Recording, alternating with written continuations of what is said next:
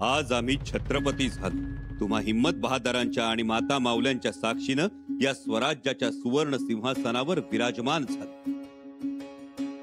परंतु एक क्षणही आम्ही महाराजांना विसरू शकत नाही, विसरणार नाही। हे स्वराज्य निर्माण करणारे आमचे आबासाहेब आणि या स्वराज्याच्या सुवर्ण सिंहासनाला सर्वात आधी आपल्या हृदयात जन्म देणारी आमची रयत, यांच्यामुळेच आम्ही या सिंहासनावर बसलो आहोत। परंतु आम्ही हुरळून जाणार नाही, उठणार नाही, मातणार नाही, घेतला वसा टाकणार नाही। आमच्या आबासाहेबांचे जे संकल्प आहे तेच करणे आम्हास अगत्य। त्यामुळे महाराज नाही, महाराजांच्या पाठीमागं कसं होणार याची अजिबात चिंता करू नका। आज महाराज नसले तरी त्यांचे आशीर्वाद आपल्या पाठीशी आहेत, सदैव राहतील। आणि त्या आशीर्वादाच्या जोरावरच जी काही विषण्णता, उदासीनता आली असेल ती आम्ही नाहीशी करू। सगळ्या दुःखांच्या जखमा, वेदनांचे सल आम्ही मिटवून टाकू। आमच्या आया बहिणींना, लेकी सुनांना भिण्याचं मुळीच कारण नाही।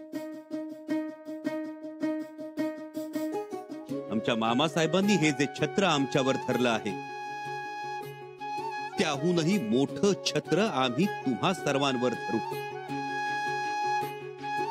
त्याच्या सुखाची सावली ही मोठी असेल याविषयी खात्री बाळगा। आता आम्ही आमच्या सहकाऱ्यांना, कारभाऱ्यांना जबाबदाऱ्यांचं आणि पदांचं वाटप करणार आहोत।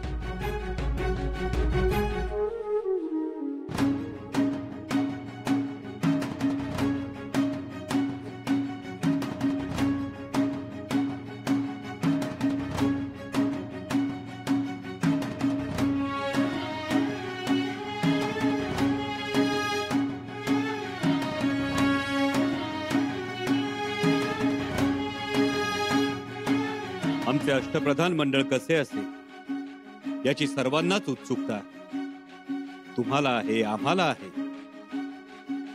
तशीच इतर पातशाह्यांना देखील आहे। ऐकलं का? आता सोनीस म्हणून हाक मारली तर चालेल? तुम्हाला काय वाटतं, राजे मला सुन्नीशी देतील म्हणून? द्यायलाच पाहिजे हो, तुमच्याशिवाय दुसरं इथं आहे कोण? आणि सोनीशी सांभाळणं म्हणजे काय खायचं काम नाही, ते एकमती माणसाचंच काम आहे। तुम्हाला पटतंय ना?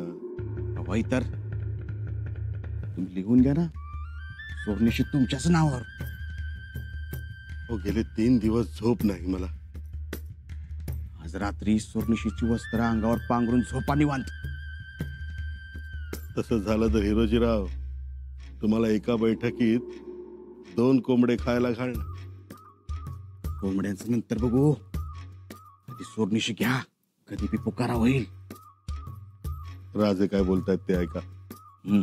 हे राज्य व्हावे ही तो श्रींची इच्छा, असं म्हणत आमच्या आबासाहेबांनी वयाच्या अवघ्या 15व्या वर्षी बोट कापून महादेवावर रक्ताची धार धरली आणि त्या रक्तानं लाल भडक झालेली आपली जटा सावरत महादेव हिमालय सोडून सह्याद्रीच्या दऱ्याखोऱ्यात वेडा पिसा होऊन फिरू लागला। कधी तो शूरवीर बाजी पासलकर झाला, कधी पंताजी बोकील झाला,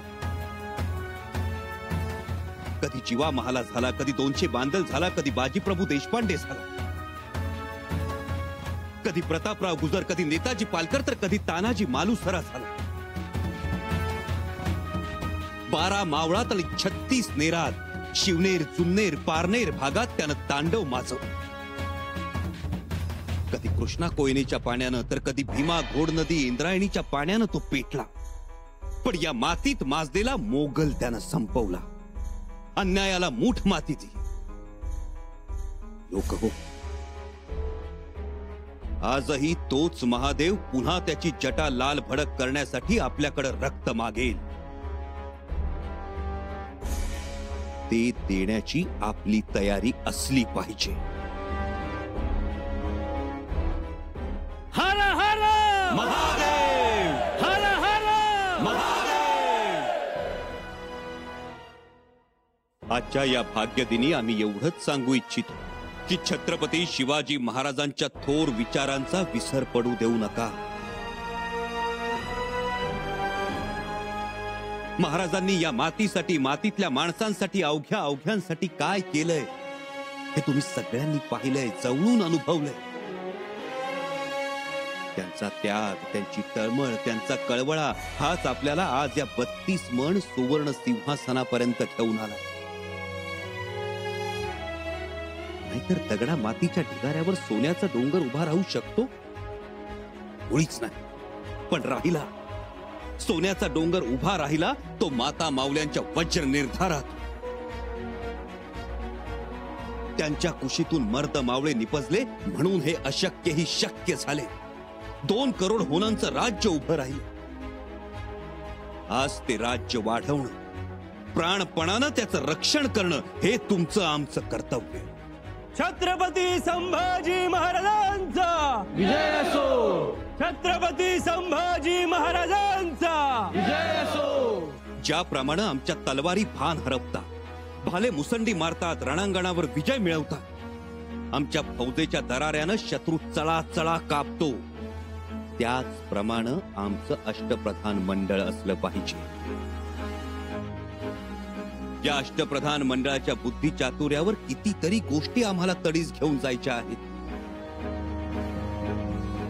अष्टप्रधान म्हणजे राज्याचं मस्तक. हे मस्तक आचार विचारानं जेवढं उन्नत, जेवढं परिपूर्ण असेल तेवढं फौजेचं काम सोपं. आमच्या लढवय्या बहादर फौजा स्वराज्याच्या सीमा सुरक्षित राखतील, रुंदावतील. उद्याच्या संभाव्य लढाईसाठी आणि त्या औरंगजेबाच्या पारिपत्यासाठी आम्हाला हजारो लाखो मर्द मावळ्यांची गरज आहे. हर हर हर हर. आणि मावळ्यांनी मिळवलेलं हे राज्य राखण्यासाठी, त्याच्या संवर्धनासाठी, त्याला निष्ठेचं, जिद्दीचं आणि लोककल्याणाचं चिलखत चढवण्यासाठी आमचं अष्टप्रधान मंडळ असेल. परसत्तेशी असणारा त्यांचा व्यवहार हा स्वराज्याला पुढे घेऊन जाणारा असेल. लाख मोलाचं बोल. म्हणूनच आम्ही आज जबाबदाऱ्यांचं वाटप करत आहोत.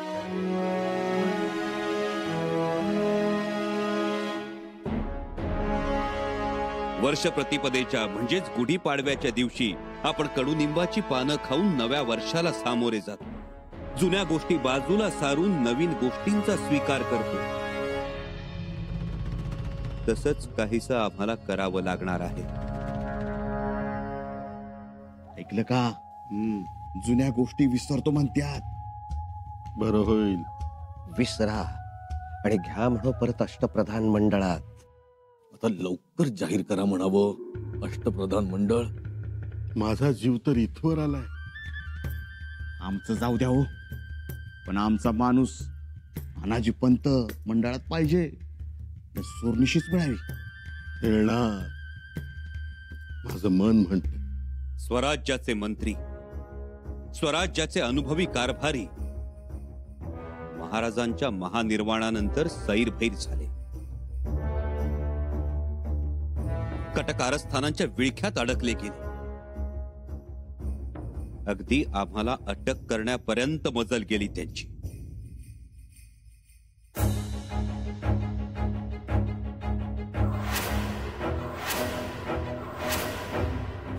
आम्ही तर रायगडाचा आदेश घेऊन आलोय. अटकेचा आदेश. कोणत्या गुन्ह्याबद्दल? तुम्ही मोगल धार्जिणे आहात. तुम्ही कलशाभिषेक करून महाराजांच्या मृत्यू जवळ आणलं. तरी झालं गेलं गंगेला मिळालं असं मानू. मागच्या सर्व गोष्टी विसरून स्वराज्याच्या भल्यासाठी महाराजांबरोबर काम करणाऱ्या अनुभवी कारभाऱ्यांच्या खांद्यावर आम्ही पुन्हा जबाबदाऱ्या देणार आहोत.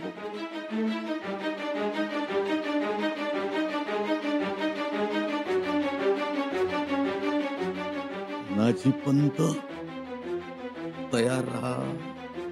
मला अंदाज होता. ही दरबारात एवढी जाणकारी हाय कुणाला? किती उड्या मारल्या, झेपा मारल्या, शेवटी झाडावरच्या घरट्यातच यावं लागतंय माघारी. ऐकलं का? स्वराज्याचे चिटणीस हे अत्यंत मानाचं आणि महत्वाचं पद. चिटणीशी हा राजाचा आरसा असतो.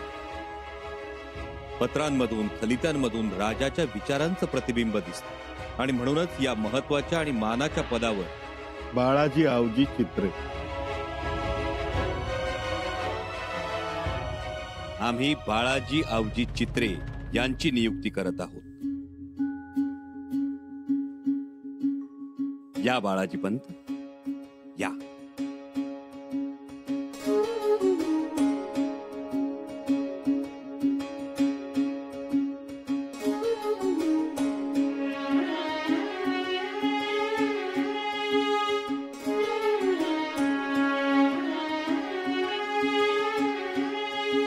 बाळाजी पंत आपण महाराजांबरोबर राहिला, निष्ठेनं राहिला. पत्र व्यवहाराची जबाबदारी लीलया सांभाळली. यापुढेही आपल्याकडे तीच चोखी. राजे, आज आम्ही कृतकृत्य झालो. आपण महाराजांनी दिलेला शब्द विसरला ना. मागील काळात आमच्याकडून हलगर्जीपणा घडला.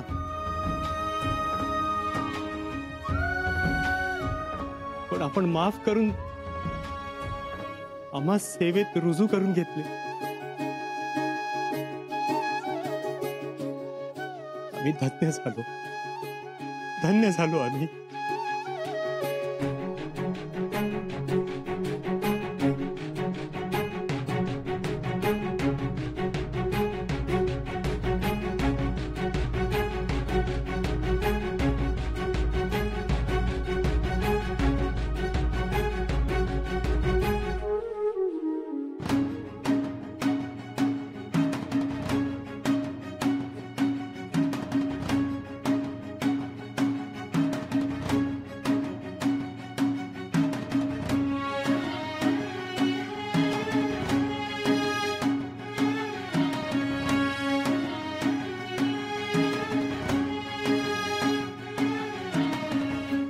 या आपण.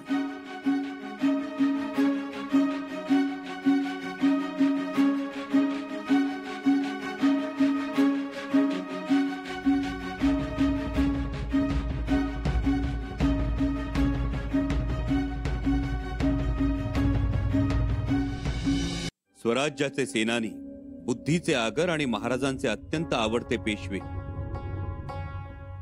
मोरोपंत पिंगळे हे आम्हा सोडून निजधामास गेले.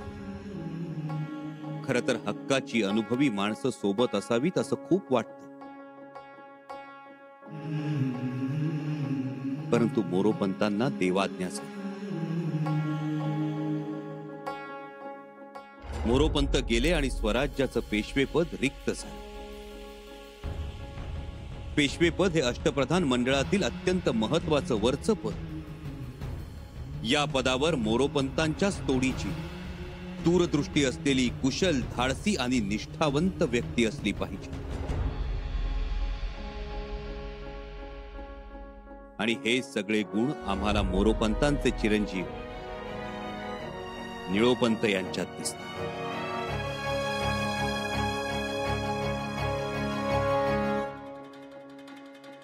निळोपंत पिंगळे यांची आम्ही स्वराज्याच्या पेशवे पदावर नियुक्ती करत आहोत. या निळोपंत.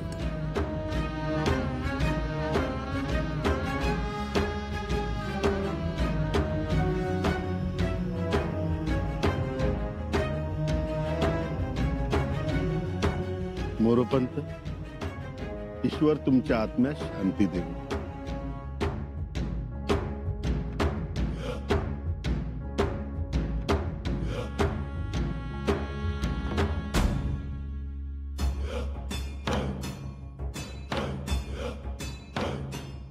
निळोपंत, ज्या तडफेनं मोरोपंतांनी स्वराज्य राखलं तीच अपेक्षा आहे तुमच्याकडून.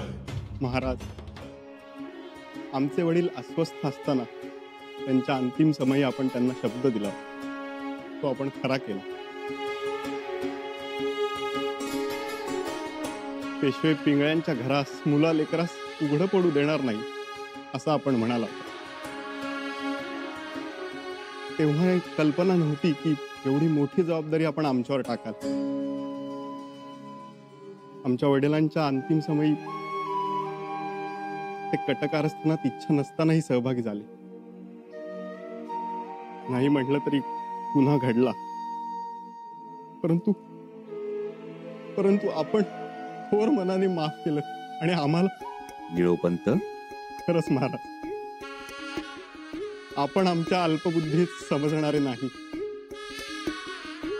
अशी क्षमा करणाऱ्याकडे एकतर आईचं काळीज असावं लागतं किंवा भगवंताच. आपण आमच्यासाठी भगवंत आहात महाराज.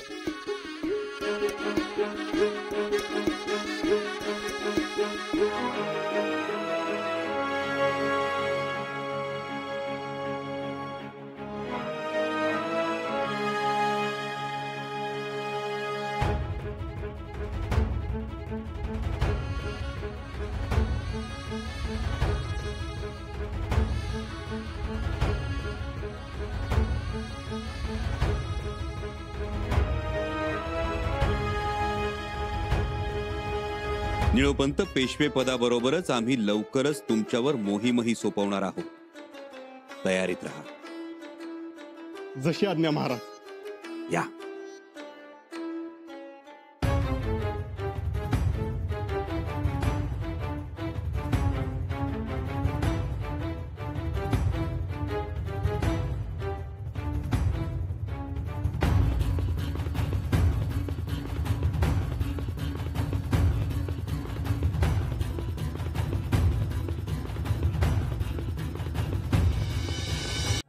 स्वराज्याचे सरनोबत म्हणून हंबीरराव मोहिते. महापराक्रमी हंबीरराव मोहिते यांनी मानाची पगडी, मानाची वस्त्र आणि तलवार स्वीकारावी.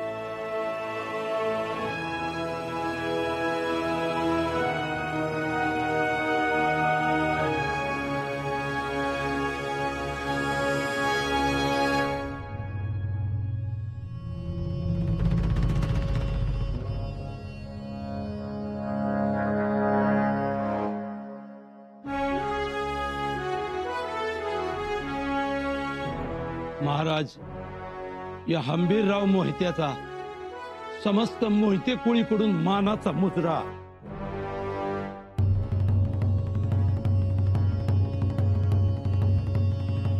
नरशार्दूल प्रतापराव गुजर यांच्या आकस्मिक जाण्यानं स्वराज्याची अपरिमित अशी हानी झाली. आता स्वराज्याच्या रक्षणाची धुरा कोणत्या साहसी, बलदंड, धाडसी हातामध्ये सोपवावी असा प्रश्न निर्माण झाला. आणि महाराजांनी स्वराज्याच्या कोंदणात आणखी एक हिरा बसवला, हंबीरराव मोहिते.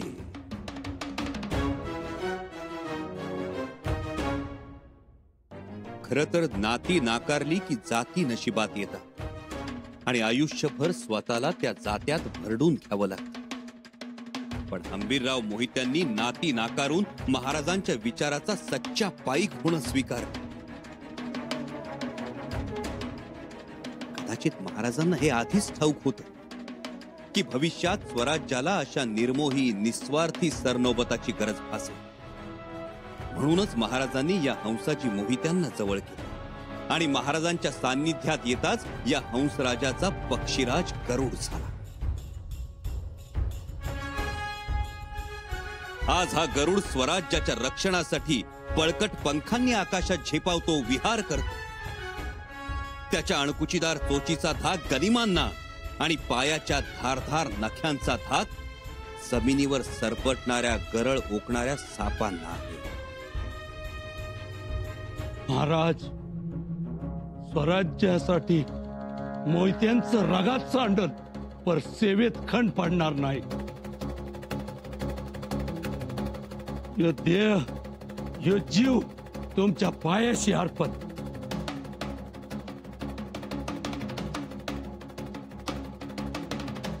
सरनोबत पदाचा स्वीकार करा.